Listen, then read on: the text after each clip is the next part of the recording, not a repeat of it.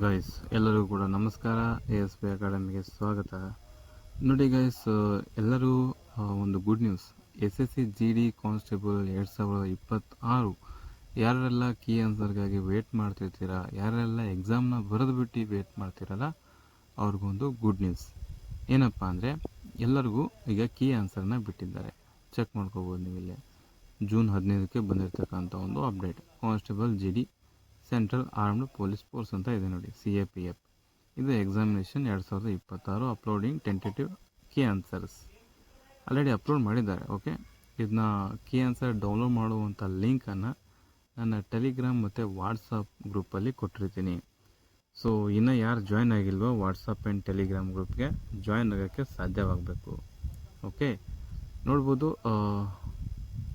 ಈ ಥರ ಒಂದು ಲಿಂಕ್ ಬರ್ತದೆ. ಅದನ್ನ ನೀವು ಈ ರೀತಿ ಓಪನ್ ಮಾಡ್ಕೋಬೋದು. ಇಲ್ಲಿ ನಿಮಗೆ ಒಳಗಡೆ ಒಂದು ಲಿಂಕ್ ಸಿಗ್ತದೆ, ಅದನ್ನ ಕ್ಲಿಕ್ ಮಾಡಿಕೊಂಡ್ರೆ ನಿಮಗೆ ಏನಾಗ್ತದಪ್ಪ ಅಂತಂದರೆ ರಿಜಿಸ್ಟ್ರೇಷನ್ ಇರ್ತದೆ. ನಿಮಗೆ ರಿಜಿಸ್ಟ್ರೇಷನ್ ಮಾಡ್ಕೊಳ್ಳುವಂಥದ್ದು ಇರ್ತದೆ. ಆಲ್ರೆಡಿ ಯಾರು ರಿಜಿಸ್ಟ್ರೇಷನ್ ಮಾಡ್ಕೊಂಡಿರ್ತಾರಲ್ಲ ಅವ್ರದ್ದು ಲಾಗಿನ್ ಕೇಳ್ತದೆ. ಓಕೆ, ಲಾಗಿನ್ ಆದವರೇ ಒಳಗಡೆ ನಿಮ್ಮದು ನಂಬರ್ನ ಹಾಕಬೇಕು, ರಿಜಿಸ್ಟ್ರೇಷನ್ ನಂಬರ್ ಹಾಕಬೇಕು, ಮತ್ತು ನಿಮ್ಮದು ಪಾಸ್ವರ್ಡನ್ನು ಹಾಕಿದರೆ ಲಾಗಿನ್ ಓಪನ್ ಆಗ್ತದೆ. ಅಲ್ಲಿ ಓಪನ್ ಆದಮೇಲೆ ನಿಮಗೆ official key answer, tentative key ಆನ್ಸರನ್ನು ಬಿಟ್ಟಿದ್ದಾರೆ. ಅಂದರೆ ಒಂದು ನಿಮ್ಮದು ತಾತ್ಕಾಲಿಕ ಆಯ್ಕೆ ಪಟ್ಟಿಯನ್ನು, ತಾತ್ಕಾಲಿಕ ಕೀ ಆನ್ಸರನ್ನು ಬಿಟ್ಟಿದ್ದಾರೆ. ಓಕೆ, ಅದು ನಿಮಗೆ ಗೊತ್ತಿರಲಿ. ಅದನ್ನ ನೀವು ಹೋಗ್ಬಿಟ್ಟು ಚೆಕ್ ಮಾಡ್ಕೊಳ್ಳಿ. ಒಂದು ವೆಬ್ಸೈಟ್ನ ಲಿಂಕ್ನ ಕೆಳಗಡೆ ನಾನು ಡಿಸ್ಕ್ರಿಪ್ಷನ್ ಬಾಕ್ಸ್ನಲ್ಲಿ ಕೊಟ್ಟಿರ್ತೀನಿ. ವಾಟ್ಸಪ್ ಆ್ಯಂಡ್ ಟೆಲಿಗ್ರಾಮ್ ಗ್ರೂಪಿಗೆ ಯಾರು ಜಾಯ್ನ್ ಆಗಿಲ್ವೋ ಸೊ ಇಮ್ಮಿಡಿಯೇಟ್ಲಿ ಜಾಯ್ನ್ ಆಗೋಕ್ಕೆ ಸಾಧ್ಯವಾಗಬೇಕು. ನೋಡ್ಕೋಬೋದು, ಇಲ್ಲಿ ಡೇಟ್ ಸಮೇತ ಹೇಳ್ತಾ ಇದ್ದೀನಿ, ನೋಡ್ಕೊಳ್ಳಿ. ಕಾಣ್ತಿರ್ಬೋದು ನಿಮಗೆಲ್ಲ ಇಲ್ಲಿ. ಎಸ್,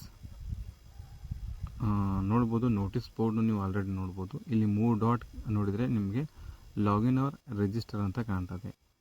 ಅದರ ಮೇಲೆ ನೀವು ಕ್ಲಿಕ್ ಮಾಡ್ಕೋಬೇಕು. ಕ್ಲಿಕ್ ಮಾಡ್ಕೊಂಡಿದ್ದ ತಕ್ಷಣ ನಿಮಗೆ ಲಾಗಿನ್ ಬೋರ್ಡ್ ಅಥವಾ ರಿಜಿಸ್ಟರ್ ಬೋರ್ಡು ಓಪನ್ ಆಗ್ತದೆ.